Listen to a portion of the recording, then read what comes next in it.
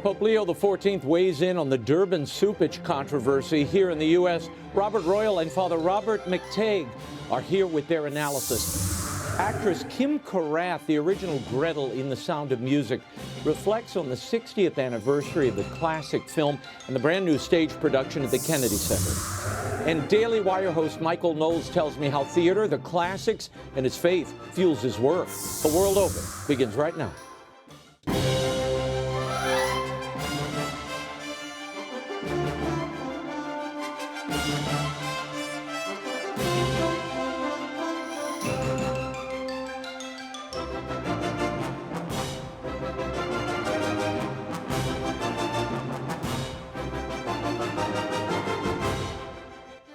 Now, Raymond Arroyo.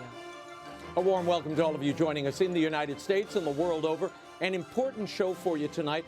If you'd like to comment, send me an X post. I'm at Raymond Arroyo or at Arroyo Grande Show on YouTube.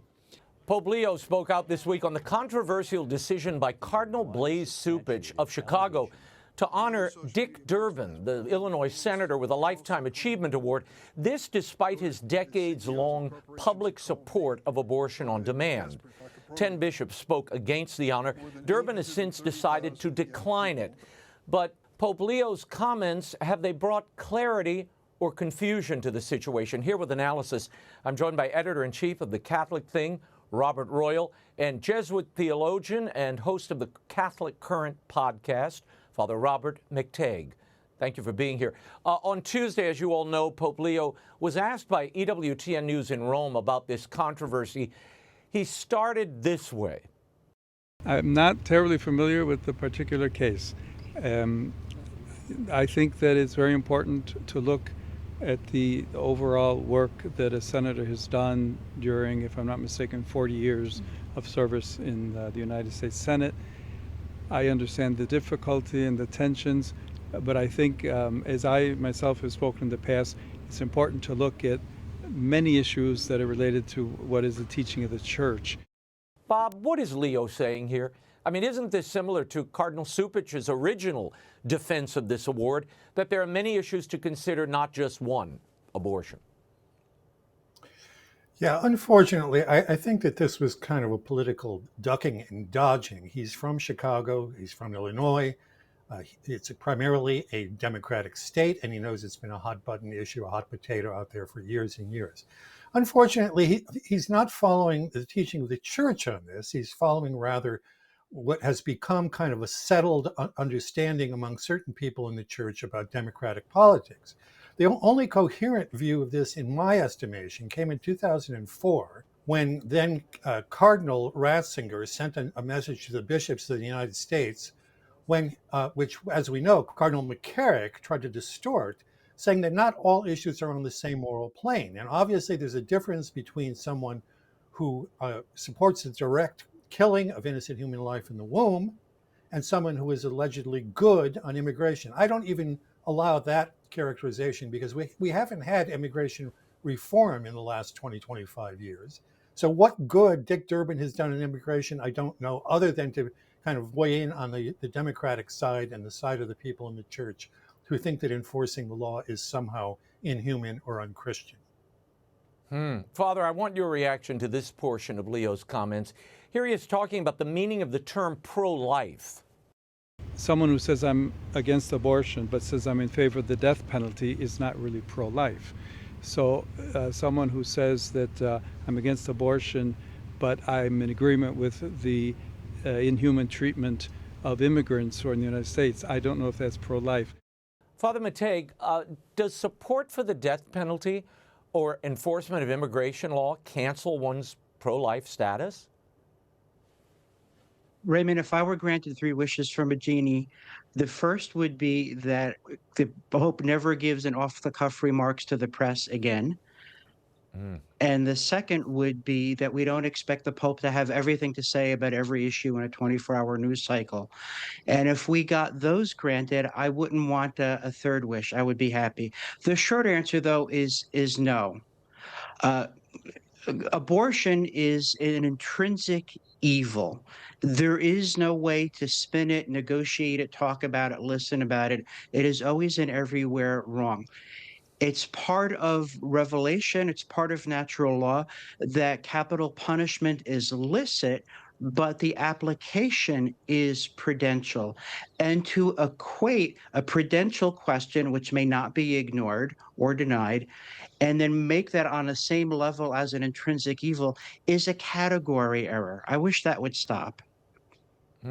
Bob, the Pope claims that there is a complexity of these life issues. Watch. They're very complex issues. I don't know if anyone has all the truth on them, but I would ask first and foremost that there be greater respect for one another and that we search together both as human beings, in that case as American citizens or citizens of the state of Illinois, as well as Catholics, to say we need to really look closely at all of these ethical issues and to find the way forward as church. The church teaching on each one of those issues is very clear. Bob, are these issues all that complex? I thought the church always taught that the killing of innocent life was wrong and that capital punishment, for instance, for those who take innocent human life is permitted.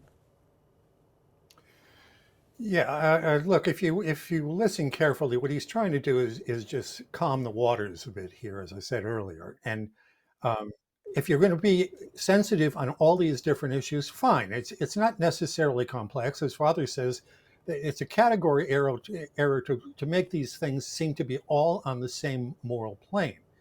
Now, what Cardinal Cupich in Chicago has argued is that neither the Democrats nor the Republicans are able to be wholly faithful to the church because of political polarization in the United States. If that's true, what I would argue is then you shouldn't give anybody an award. If you're going to say that even some of those secondary issues are so urgent that if, say, a Republican supports Donald Trump on immigration, he's somehow not pro-life, then okay, don't give a Republican an award, but certainly don't give a Democrat an award who's advocating or at least allowing people to kill innocent human life. There are complexities, but there are also very clear principles at play here, and we should get the hierarchy of the truths and the hierarchy of importance clear in our minds. Cardinal Cupich issued a statement in response to Senator Durbin declining the honor due to this controversy. I want to get your reaction. He says, Senator Durbin today informed me that he has decided not to receive an award at the Keep Hope Alive celebration. I want to make clear that the decision to present him an award was specifically in recognition of his singular contribution to immigration reform and his unwavering support of immigrants, which is so needed in our day. We are not a one-issue church. Father, are we not a one-issue church? And what about the trafficking of human beings and the sexual abuse related to unregulated immigration? I mean, I've been there. I've watched this happen on the Rio Grande. Look, Raymond, we are a one-issue church, and the one issue is the truth, and that is not negotiable, and it's not really difficult to figure out. Human life is good. Humans are made in the image and likeness of God, deserve to be treated with charity and respect, and we're only as safe as the most vulnerable member of our society. And one of the reasons I think we're having this conversation is because it is socially tolerable to countenance the murder of the unborn, not only in the West, but even among Catholic circles, among Catholics who should really know better. Imagine, Raymond, if Senator Durbin were on the side of the angels on every moral issues, but also espoused clericalism, praying only in Latin, and endorsed racist attitudes that Margaret Sanger would proudly endorse. He wouldn't be getting that reward, would he? So I find the Cardinal's objections to be disingenuous. Bob, the Cardinal suggests a remedy at the end of his letter to avoid future controversies. He says, I believe it would be worthwhile to schedule some synodal meetings for members of the faithful to experience listening to each other with respect on these issues, all the while remaining open to maturing more fully in their common identity as Catholics. Bob, synodal gatherings where members of the faithful listen to each other while remaining open to maturing more fully. So listen and get with the program. What do you think that means? Well, I think what's likely to happen if such meetings are to be organized is what we see in our politics as a whole, because people are shouting at one another over these kinds of issues. This is not simply something that can be talked past. It has to be thought through. That's the only possible resolution to this. For too long, people in the church, for obvious reasons, for obvious political reasons, have been willing to countenance people in the Democratic Party who are Catholic, who are willing to go along with their party over their church on the issue of abortion. So fine, if they want to go with their party and not with the church, then the church should not turn around and then reward them or award them some sort of recognition for what they've been doing. Look around the world, the first cause of death around the world, not just in the United States, around the world, is abortion. It's 60 or 70 million abortions take place a year. That kind of slaughter, if it were taking place in any country in the world, even in a war zone, we would be horrified that this is happening. If you really believe that killing an innocent human baby in the womb is murder, then how can you possibly be reaching out, being open, being synodal about that question?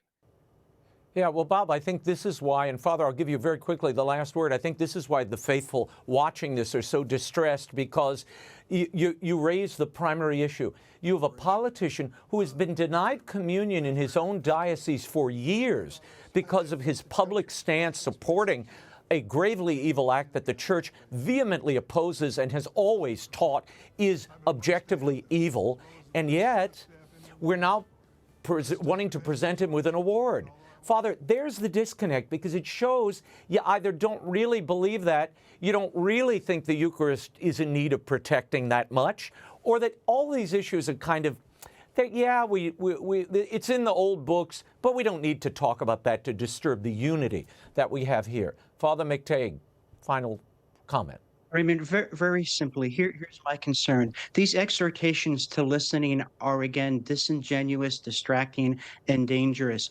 What can a pro-abortion advocate say that hasn't already been refuted decades ago by the pro-life movement?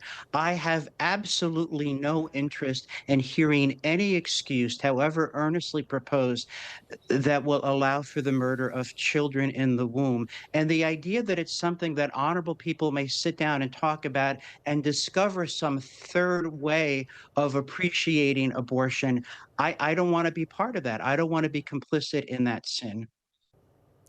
Robert Royal, Father Robert McTeigue, thank you for being here. I now want to bring in Bill Donohue, president of the Catholic League. Bill, you have been on this Durbin Award controversy for some weeks, but while the bishops and other groups were targeting Cardinal Cupich for offering this award to Durbin, you took a different tact. What was it, and why? Well, first of all, I don't like to be oppositional to the clergy. That's something absolutely, I have no other choice. Quite frankly, Durbin's Catholic. The Catholic League is Catholic too, but we're both laymen. Okay, if you want to go after cardinals, I don't think that's the best route to go. My problem here, I don't think he should have been awarded the award. That's for sure. But my problem here is with Durbin and with the fact that people have misrepresented this, and therefore I think they hoodwinked the Pope, who said, well, we agree that there's more than just one issue that Catholics have to look at. The fact of the matter is, as I pointed out, on a couple of occasions to Durbin, I wrote specifically to him. We sent it in overnight mail. He got it the next morning. No question he received it. It wasn't just abortion. We listed his support for same-sex marriage. We listed his opposition to religious liberty, to be specific. He worked against 3 different appointees to the federal bench, including two who made it to the Supreme Court, John Roberts and Amy Coney Barrett. He subjected them to a religious test, asking them to basically betray their Catholic convictions in order to get a seat on the bench. So it went well beyond that. And it's not just even abortion. When the child is born as a result of a botched abortion, should that child be attended to or just left to die in the physician's table? He said that was okay. So I think if the Holy Father knew exactly the totality of this man's positions on matters of marriage, family, and sexuality, he might have had a different conclusion. But I think it's best for the lay Catholics to go after lay Catholics and let the clergy, which they did a good job. What, 9, 10 different bishops have weighed in on this, and it's difficult. They want to have a certain degree of fraternity too. But no, we took the right approach. And unfortunately, many in the media are crediting other people for doing it. They don't even know how to do anything right in terms of strategy. I've been doing this stuff for decades. And by the way, we went after Durbin on those religious liberty questions with the judges for the last several decades. Where are all these other people, the Johnny-come-latelys? They're juveniles. Bill, what did you make of, I mean, we had 10 bishops who came out against this honor, and there are reports, the Pillar was reporting, that the USCCB, the entire bishops' conference, was preparing a statement to condemn this honor as well. Why do you think they were so willing to come out and be vocal in this moment? And how do you put into context what the Pope said? I mean, these are clearly confusing remarks, Bill, at the least. In terms of the USCCB, I don't think they had much choice. After all, they're the ones who passed the protocols. I didn't do it. You didn't do it. It had nothing to do with lay people. It wasn't priests. It was the bishops. I think it was in 2004, if I'm not mistaken. They put out the protocols. You cannot give an honor to someone who has basically betrayed the moral principles upon which the Catholic Church stands. And obviously, the right to life has to be the premier right of all. So I think that if you allow if you allow Durbin to get this award, what's next? I might mention that a number of years ago, when Obama got an award at Notre Dame, I was on TV with a priest who I'm friends with, but he's on the other side, and I said, "Look, Father, you and I are both against racism and against abortion." He said, "That's right." I said, "The difference between you and me is that you wouldn't give an award to a racist, but you will give an award to somebody who's pro-abortion. That's a big difference between the two of us." And I think that needs to be said. If we think that racism is worse than abortion, and it is evil, the church regards racism and abortion to be intrinsically evil, but then we have a problem. Yep. The first right is the right to life. In terms of Pope Leo, he says, listen, I'm not familiar with all of the details. They kind of got him when he's coming out of a meeting. He's got the microphones. He didn't prepare a formal statement. I don't know if he knows that people like the Catholic League have been pointing out the religious liberty objections to Durbin and his support for same-sex marriage and the Born Alive Infant Protections Act and everything else, and partial birth abortion, not just simply abortion in the first and second trimester. So I have to give the Holy Father the benefit of the doubt, and the media did a lousy job in the way they covered this.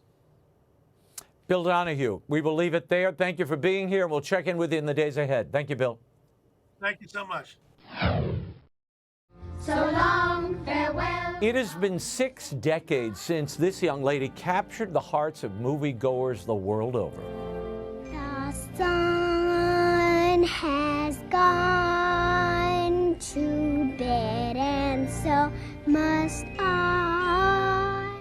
The classic film version of The Sound of Music is 60 this year, and my next guest, as you saw there, was just 6 years old when she played Gretel von Trapp alongside Julie Andrews and Christopher Plummer in the classic film. Well, she's in Washington, D.C. to help kick off the national touring production of Rodgers and Hammerstein's The Sound of Music at the Kennedy Center. She joined me in D.C. recently. Here's my exclusive interview with Kym Karath.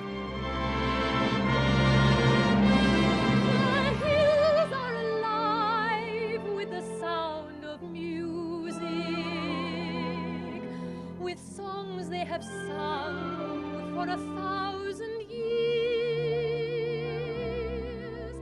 Kym, I cannot believe it has been 65 years since Sound of Music premiered, the musical, and then 60 years since you all did the film all those years ago. But that wasn't your first movie. No, it was actually my 4th movie. I started when I was 3 years old. Wow. And you were discovered where? At my father's restaurant. My father was in the restaurant business. And as the story goes, because I don't remember that particular episode, they came up to me and my mother and said to my mother, "Your daughter's so adorable. Would you like to have her in a movie?" And my mother said, "You should just ask her." So they asked me, and I said, well, if it doesn't take too long, because I have a lot of dolls to take care of. Oh, and so they gave you doll release, and you said, yes, I'll do it. Yeah, exactly. Wow, You know? and what a premiere. I mean, Spencer's Mountain with Henry Fonda and Maureen O'Sullivan. Maureen O'Hara, yeah. O'Hara. Exactly. That had to be incredible. And then you're in movies then with The Doris Thrill Day. of It All with Doris Day. Yeah, and Jack Lemmon And after Jack that. Lemmon. I mean, an incredible. So then how did The Sound of Music come into your life? Did you audition for the role? I did. All that experience was, you know, I mean, there were lots of kids with experience. Yeah. And we all just auditioned. For Robert Wise. For Robert Wise. What did you sing? Do you remember? Well, I do remember, actually, because first of all was the regular audition. There were a couple of those. Then there was the singing audition as you cleared everything else. And apparently they asked me, they said, could you sing a song? I said, which one? I know all of them. Because From the musical, I did. you would listen to it? I'd listen to it, yeah, because basically I knew everything at that particular age. I had a great memory, and like put music on, I would just be You still have a great memory. it. We were talking before the show, and you remembered eating Ponchatoula strawberries in New Orleans. That's very, very that's memorable. very though. specific, very, Kym. Very. So I decided to sing 16 going on 17. Why? Because I was 5 going on like 17 pretty much at that point. Thanks to my older brother and sister. So I always wanted to be Were they grown-up. musical? Everybody was musical. The whole in my family? My whole family was The Sound of Music. You're kidding. My mother had a beautiful coloratura soprano voice. Wow. She Tell me had about sung her. once at Carnegie Hall. My family was Greek. Yeah. And Aurelia. Aurelia in Greek. Beautiful name. Yeah. Born on the island of Lesbos and came to America when she was 8 years old. Wow. And Daddy was born in New York, but then actually raised in Greece. So I had my grandparents didn't speak a word of English. So I did learn Greek. I had to go to Greek school, and yeah. Wow. So, but I would answer I'm a Californian when anybody asked me anything, but you know, I feel the roots of it. So 5 years old, you get swept off to Austria to shoot for what, 6 months? Well, 3 months in Austria, but the whole shoot was a whole year altogether. Oh. So 3 months, and then 3 months in Los Angeles at the studio, 3 months in Salzburg. Should have been 6 weeks, but it rained all the time. Oh my gosh. So, and then 3 months of looping and like all the things you do. It was time consuming, but it gave me a chance to become family with my Sound of Music siblings. Wow. That continues to this day. You're still to this close day, to all of them. To this day, people always find it so entertaining to hear and so funny and nice, but we just became part of one another's lives. I read an interview with you where you said, again, a 5-year-old, one of the best things about the movie to me was becoming a family. Yeah, it really was. It's sustained me through my entire life. Heather Menzies, who passed away, I was at her bedside when she got sick, and with Charmian as well. I just love them so much, and we miss them. Every time that 5 of us are together, we miss them. Wow. Heather and her husband Robert were godparents to my son Eric. Unbelievable. So our lives have, So merged. it really was a lifelong bond out of that movie. lifelong. Well, tell me about Julie Andrews and Christopher Plummer. Your greatest memory of working with both of them? My greatest memories are not really working with them because they were later. The greatest memories were later. So here's my favorite. Okay. Chris Plummer story. So I hadn't seen him in many years, and somebody invited me to go to the Westport Country Playhouse. He lived in Westport, Connecticut. After 9/11, there was a fundraiser for the firefighters. Paul Newman was in it, a lot of other celebrities, and somebody had me go backstage, and Paul Newman knew and was waiting for me and threw his arms around me and said, "Your father's been pacing the floor waiting to see you." So I went into his dressing room, and he threw his arms around me, and so happy to see him. He was just wonderful. And so that was one of my favorite memories was Paul Newman and Chris Plummer. And Chris Plummer in the same location. Yeah, Pretty exactly. incredible. Pretty incredible. What about Julie Andrews? What was she like off screen? Julie is as wonderful off screen as she is on screen. That's all I can say. There's like, she's sweet and funny and warm and maternal, and you know, if you're around her and she thinks it's cold, she's like, do you have a sweater with you? She's just a mom in that lovely way. At the same time, so sophisticated, and just kind of everything you see is what you get with Julie. I read where she would sing to you all between takes. She did. And with you all. She was just our friend on the set. All these years later, I mean, you must look back on this. I mean, Julie Andrews said that this really was the last great Hollywood film. Do you feel that way? Well, maybe. I mean, I don't really think of it on a historical level so much because, I don't know, I just You're don't. part of it. I certainly think it's one of the last great musicals. Without a doubt. And its sustaining power. What do you think has driven it all these years? I mean, look, I can remember not so many years ago, it happens annually, taking my kids to Wolf Trap outdoors here in Virginia, and they play the movie and have a sing-along. And you've got children singing with their great-grandparents. I mean, it's an incredible, there are a few things in the culture, and I love when these happen, and I try to point them out to the audience. There are a few things that draw generations together, like this film has. Yeah. Why? Well, whenever I'm asked something similar, I mean, I think it's sort of a combination of many different things. I think the music is absolute genius. Rodgers and Hammerstein at their best. Soaring melodies, beautifully done. Julie Andrews' voice, the incredible Salzburg setting, and what they were able to create on the studio, which was on the studio lot, which was true artistry. That will bring us back to dough, oh, oh, oh. Dough! A deer, a female deer. Ray! A drop of golden sun. But also this incredible story that is a true story. Yeah. And that, I think that grounds it in something that ultimately I think is profound, because it's about a family, and it's about a family in circumstances that are about to become quite extreme, who make a very, very significant moral choice. Did you meet the Von Trapps? Yes. And I know you know them now. Yes. Oh my gosh, what an incredible honor. And I'll tell you one of my most emotional Von Trapp stories. So in 1999, there was a Broadway revival of The Sound of Music. Oh, I remember that. And we were all invited to go, so I flew to New York to do that. And actually, I think I was living in Connecticut at the time, so drove in. And the Von Trapps were there. And Austria, the Office of Tourism, I think, was doing a little soiree for us before. And so they asked us to sing Silent Night all together.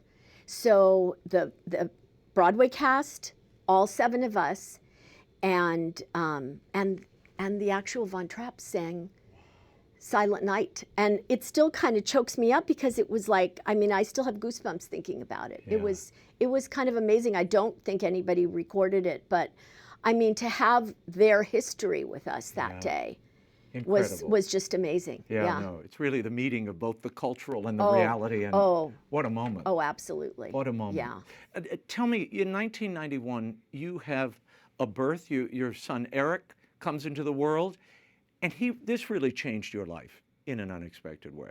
Tell me what happened. Well, everything was perfect and wonderful and everything, and then he contracted viral meningitis when he was 3 weeks old, and then he had seizures and almost didn't make it, and so it created brain damage.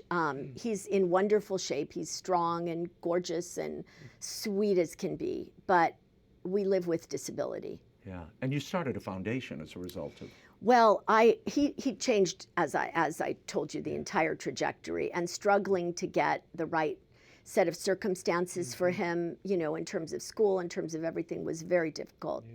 And I met a woman who I think is a human angel, who was Eric's teacher at Malibu High School when we moved back to California. Her name, I will say her name because it is a name of an angel, Lisa Zalagi, and she loved all the kids in that class so much. And after the kids started to age out, all of us parents and Lisa, it was Lisa's dream to create a program after like the age of 22, when they were no longer serviced by the school system. Yeah. And we looked around because we didn't necessarily want to create something from scratch if there was something great, but there wasn't. There was nothing. And so we created a program, and we're in our 12th year, and we serve close to 100 young adults with disabilities. Wow, incredible. I love that family runs through your whole life. From the time you were a child, your parents, this Sound of Music family that continues with you to this day. And here you are in Washington going to the Kennedy Center to see a new revival of Sound of Music 60 years after you did the movie, 65 years after the premiere of the musical. What happens to you when you hear these songs? Well, first of all, let me just say, I'm so thrilled. I've never been to the Kennedy Center before. First time. And I have just an awe of the Kennedy Center. And it's even bigger this year because last Christmas, here's my little Christmas story. So my son loves Christmas. So I'm just like my father. I put Christmas songs on right after Thanksgiving. Me too. If not before Thanksgiving. My wife always says, can we at least wait till the turkey's cut? The household is like, can you just please wait till Thanksgiving at least? I'm right with you on that one. And so we started, and then we watch every Christmas special you can possibly watch on TV. I mean, honestly, Christmas starts, and Eric is so happy. And finally, we ran out of things this year. And I'm like, okay, we need some fresh material here. And YouTube has every single Kennedy Center Christmas from, I don't know, Reagan. Yeah.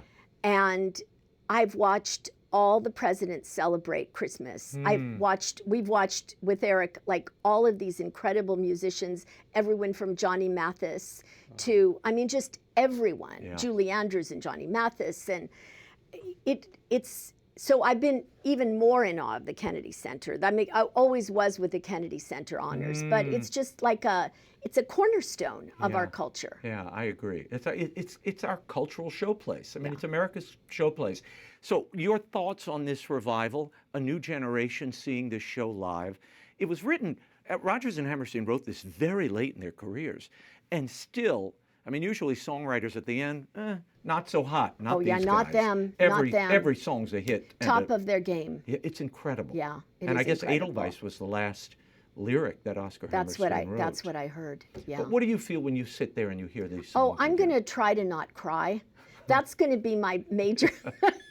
I'm going to be overwhelmed, and I'm going to try to not cry. Mostly because it's overwhelming. It's touching. It connects me to, you know, my family, my cast family, my son, like just everything. It's and the world, because Sound of Music's been a little bit of an international passport, tell you the truth. Well, and it's also I think, a great touchstone of the American musical, the American family, and the values that hold us up and sustain us through time. Every time I see it, that always comes rushing back. And those beautiful melodies. I mean, nobody wrote melodies like Richard Rodgers. So I have to completely agree with you. Well, Kym, what a joy. Enjoy the show.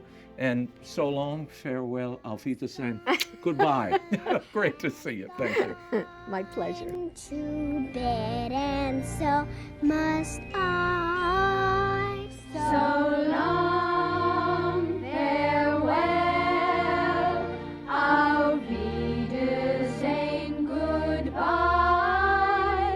And the Sound of Music is playing at the Kennedy Center in Washington, D.C. through October 5th. Then it resumes its national tour. For more information and tickets to the remaining Kennedy Center performances, go to kennedy-center.org. Over on the Arroyo Grande podcast, I sat down with actor David Henry this week. David and I talked about his relationship with Selena Gomez and her new husband, a new season of Wizards Beyond Waverly Place, and how marriage and family gave his life purpose. Watch. How has being a dad and a husband changed, shifted, deepened the work you're doing or the work you're called to do? You know, it's everything. Like, I meet a lot of young people that are like, I have to wait to a certain point to be able to have kids. The opposite was true for me. Like, the second I started having kids, it's like my brain, I don't know, nature, adaptation, I don't know what it is. Like, the second I started having kids, my brain shifted gears. Yeah. And I got so much more focused, so much more precise, so much more intentional. it made me question myself. Who am I? What do I stand for? What do I want my kids to look up to? What am I going to pass down to them? What am I going to achieve? Like, it all kind of clicked in my mind, and I got this fire under me. Well, it turns you into a man. Yes, 100%. Yeah. And you rise to the occasion. Yeah. You will rise to the occasion. Like, the time to have kids is now. Yeah. Like, do it now. Don't wait. Yeah. Like, waiting is you will never be ready. You will never be ready. You'll never have enough money. You'll never be ready. It just do it. I do know some guys who waited and waited and waited. They're like 60 on the second wife, and now they've got the children. Now they're too old to, they can't get out of the chair. I literally just got a call from a buddy on set who goes, so after our talk, my wife got pregnant. We're gonna do this now. Because I told him, I was like, he's like 28 or 29. I go, you have a finite amount of energy, my friend. Yes. I'm 35 now, and when I was 27 when we had our first kid, even to now, my energy level is a little different. You only have so much. God built us this way. He didn't build us to have kids in our 50s and 60s. Like, he built us to have kids at an early age, because you have a finite amount of energy, and you want to spend that energy with those kids. The full Arroyo Grande interview with David Henry is on YouTube at Arroyo Grande Show, or wherever you get your podcasts, Spotify, Apple, iHeart, and be sure to subscribe so you don't miss an Arroyo Grande Show. It's absolutely free.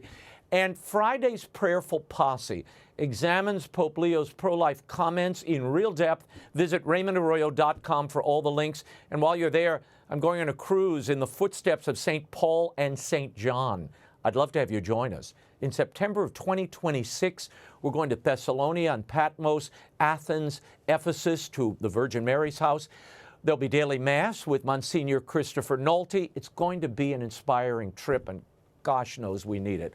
All the details are at RaymondArroyo.com. Space is limited, so sign up quickly. And finally, he's a Yale grad, political commentator, and former actor, and current Daily Wire host. He's become one of the most popular conservative voices in media today. He's also a devoted traditional Catholic. I sat down with him in Nashville earlier this year to discuss how his origins and his faith influence his work. Here's my interview with Michael Knowles. At 7 years old, you start drawn to the theater. Yes. Why? To my great shame, though I think you can empathize with me. I completely empathize. Yes. My whole life, I knew that I wanted to be in politics and in show business. I don't know how. Before even my earliest memories, that's just what I wanted. Did you go to the theater as a kid? Somebody take you? I did. I would go. I grew up in New York, so I would go see Broadway or different shows, regional, and I really enjoyed it.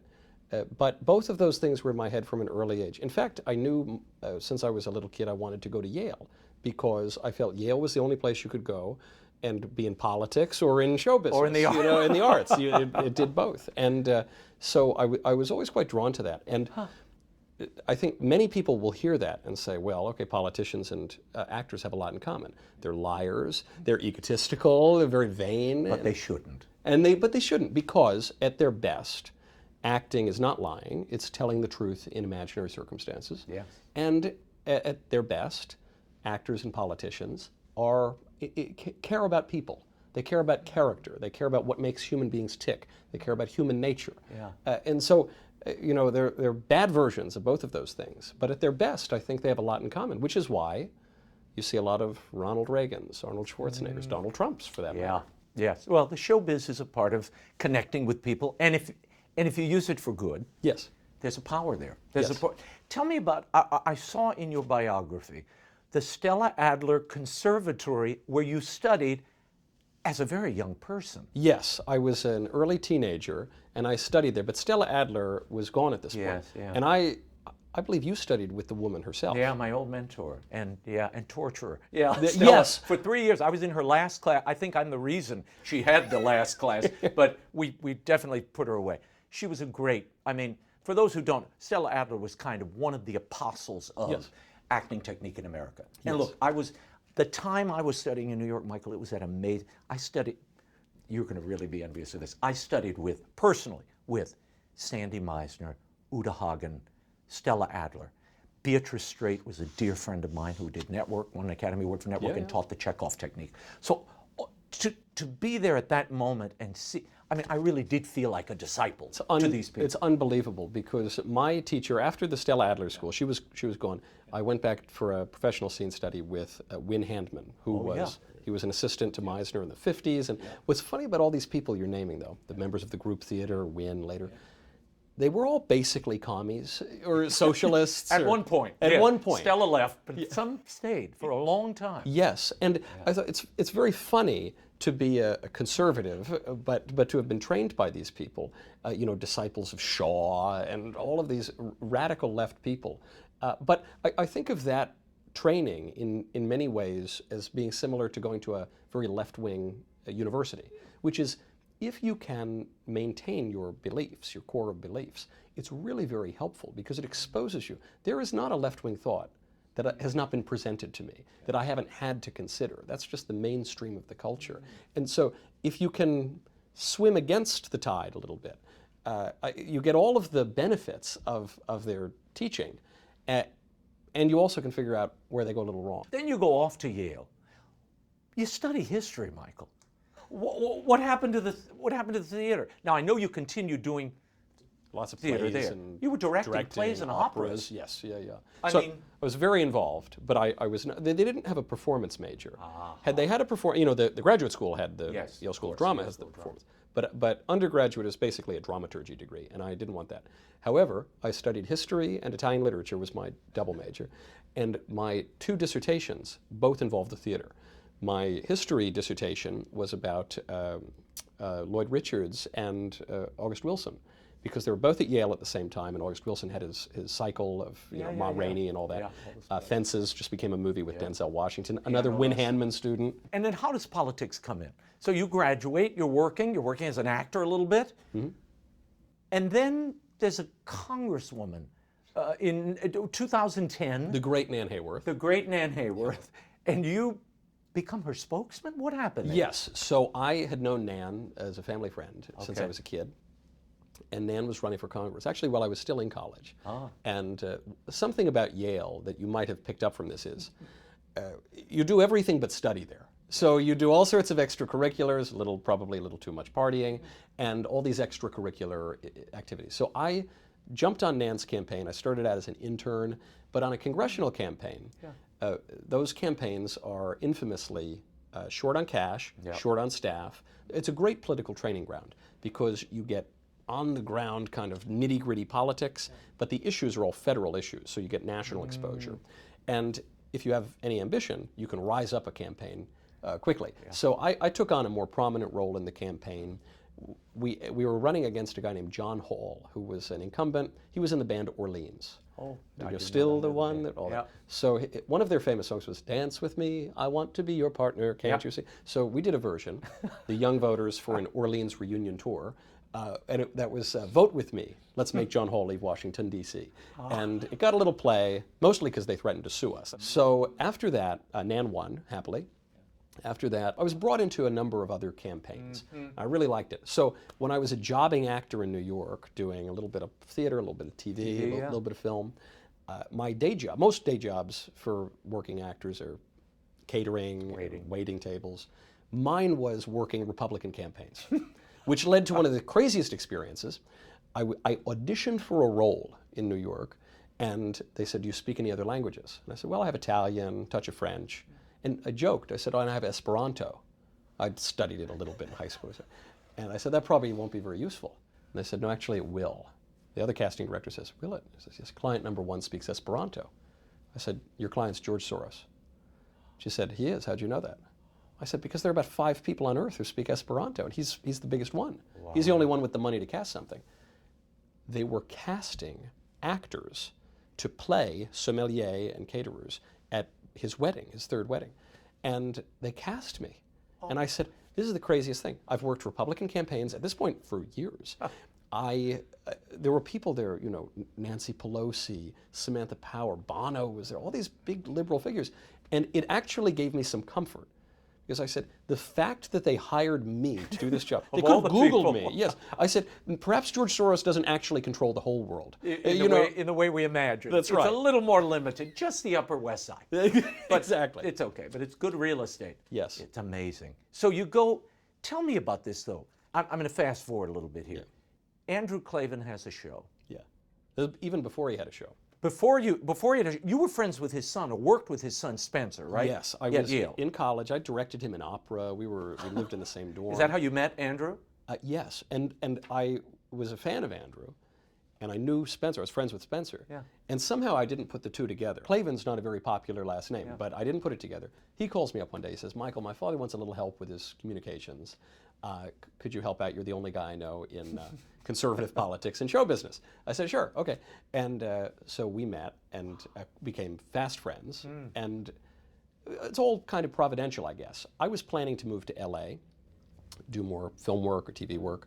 Drew was moving down from Santa Barbara to LA. We were going to move there around the same time. So I was working with him. That was another one of my day jobs.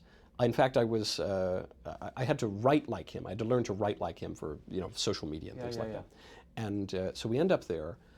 There was a group out there at the time called the Friends of Abe, a secret society, so secret it had a Wikipedia page.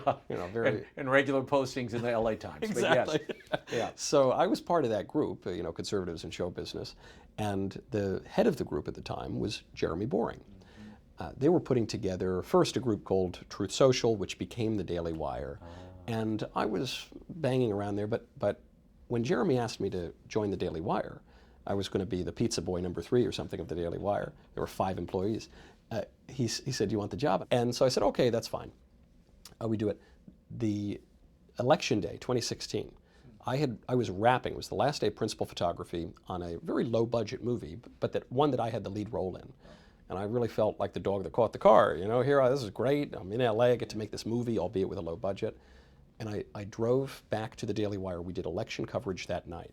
And I did find something odd, which was when I was on set, when I was actually on the happy occasions I was working as an actor, I was thinking about, oh, boy, wouldn't it be fun to be at the Daily Wire in politics. I was thinking about my day job. How did that transition work for you? I mean, because it's one thing to work on other people's shows. It's one thing to be a guest on a show. When you're carrying the freight, it's hard. I was really pleased, in retrospect, Yeah. that I did not get my show until I was 27? So I was still pretty young. Yeah. But I'm glad I didn't get a show at 22. I'm really glad I didn't get a show at 18. A lot of kids these days, because the barrier to entry is even lower than it was when I started. Yeah. What role does faith play in all this? I know you fell away from your faith for a time. Yeah. We all have that experience. What brought you back? I fell away at 13. I fell away at my confirmation. Oh. This was 2003. So this was the church scandals, the new atheists, Christopher Hitchens and all those seducers who were Sam Harris and them. Their message was perfectly tailored for a punk 13-year-old boy who thought he was smarter than he was. Right, with somebody who's smart and read. If you read, they're convincing on the page. They're convincing. They're good prose writers, but they're probably not as convincing for a 23-year-old who reads, or a 33-year-old. But for a 13-year-old, they got him. And so I had just the right amount of hubris. There was scandal in the church. I had some wonderful catechism teachers personally, but catechesis broadly in the 1990s was very, very weak. And I would say the reforms that followed the Second Vatican Council did not achieve liturgically, I think, what they were trying to achieve. I'm trying to be diplomatic about it. How about seminarians, baptisms, marriages, confirmations, confession? I could go on. Everything. Yeah. Everything. It's all kind of a nosedive. I remember when I was convinced that God exists because a friend of mine who was cradle Catholic, grew up megachurch Protestant, fell away from the faith around the same time I did. Now he's reverted to the Catholic Church. He and I kind of did it together. Many years ago, my wife was not Catholic and she'd read and absorbed all the propaganda about the Catholic Church. Yeah. Whore Babylon. Right. They worship saints and plaster saints and they're crazy people and why marry, all of that. And I took her to Mass at St. Patrick's Cathedral, where Cardinal O'Connor at the time was holding forth, and he was impressive. And the power of his faith and his oratory cut through, but it didn't seal the deal. It wasn't until I took her to the Latin Mass in Washington, D.C., Old St. Mary's, which no longer has the Latin Mass. As I recently learned this past weekend, in fact, when I tried really? to go. Oh, yeah, it's gone. Yeah. And this was a bastion. In fact, the Mass never stopped there, but it stopped now. Why, before we talk about that, which I do want to talk about, what is it, do you think, drawing young people to the Latin Mass at a time when Rome seems determined to stamp it out? It should not be surprising that the Mass, which formed statistically all of the saints ever, just about, would have some pull on people. It is a beautiful liturgy. And in the deformations that followed, perhaps for good intentions, but that followed the Second Vatican Council, so much beauty was ripped away for really weak reasoning. You know, the iconoclasm that destroyed so many churches after the Council, after the reforms that followed the Council, because we have to distinguish between the Council and the and what happened reforms. afterward. Yes, I'm 18 or 19. I'm in Italy for a summer abroad, and I said, well, look, I'm not faithful anymore, but I'll go to the Vatican. I want to see a Latin Mass, or I want to see a Mass. A Mass. This is after the motu proprio from Pope Benedict XVI, and the Latin Mass kicks in, and I had never experienced anything like this before. Oh, you'd never been before? No, I didn't know what it was. Wow. I knew the church used to speak in Latin in the old-timey days. Yeah. That's all I knew. Yeah. I went up, I was not in a state of grace, didn't even occur to me to go to confession. I went up to receive our Lord in the Eucharist, and I'm standing there with my hands. I was taught in catechism. Yeah, this is the way they taught. This is how you do it. Receive, yeah. And whoever, it was a man with a red hat, so it was a pretty serious fellow there who was cardinal. Who was a cardinal who was administering the Holy Communion, and he didn't move. Waiting. I said, am I doing something? It's been a while, I guess. And I went to ask him what I was doing wrong. And he placed the Eucharist on my tongue. I said, oh, okay. And so I said, wow, that was odd. I wonder why. Oh, okay. I put it out of my head. At this point, though, you can find the traditional Latin Mass. I noticed it in New York, here and there. And even in the Novus Ordo, you know, wonderful, my old parish, Church of St. Michael in New York, there was a wonderful, very reverent Novus Ordo. Novus Ordo. With Latin, the way it was envisioned, the way the council envisioned it. Yes. It wasn't to stamp out Latin or remove chant. Yes. It was to bring a little more vernacular into the Mass. Right. Which became a runaway train. Why are the young people drawn to the traditional Latin Mass? Because we want truth. We've grown up in an age in which we were taught from diapers that there is no truth. Or if there is a truth, we can't really know anything about it. I am always amazed when I travel, no matter where I travel. The Latin Mass, it's never in the glitziest, big, beautiful, places. No. It's in little chapels. Now it's, of course, it's practically underground. Yes. It's practically underground. But packed with people and screaming babies and women and their children. It's a beautiful sight. It's the future of the church. It's the family. It is the future of the church. It literally is. Yeah. In my traditional Latin Mass parish, the median age is about 8 because of all the kids. I've been to that parish, I know. It's a small, people crawling over each other practically. Even if you took the kids out, though, probably the median age would be about 30. Yeah, very young. Maybe, and so I find I travel a lot, and I will go to Novus Ordo masses when I travel sometimes, and I can't help but notice that the median age in those masses is about 102, and the median age in the traditional Latin Mass, the supposedly stodgy Mass pushing the youth away, is much, much younger. And so it's above my pay grade, of course, to question the cardinals or the bishops. But when I hear bishops inveigh against the traditional liturgy or discourage even reverent practices in the liturgy because they want to bring the youth back into the pews, I think, I actually have a little bit of experience as a youth, and it would seem to me that if you really wanted to bring some aggiornamento to the church, in the spirit of accompaniment, in the spirit even of synodality, perhaps, perhaps we ought to listen to what the laity want, and what the laity want is tradition and reverence and beauty. In their determination to stamp out, stop, outlaw, ban what is a beautiful, holy expression of worship of God.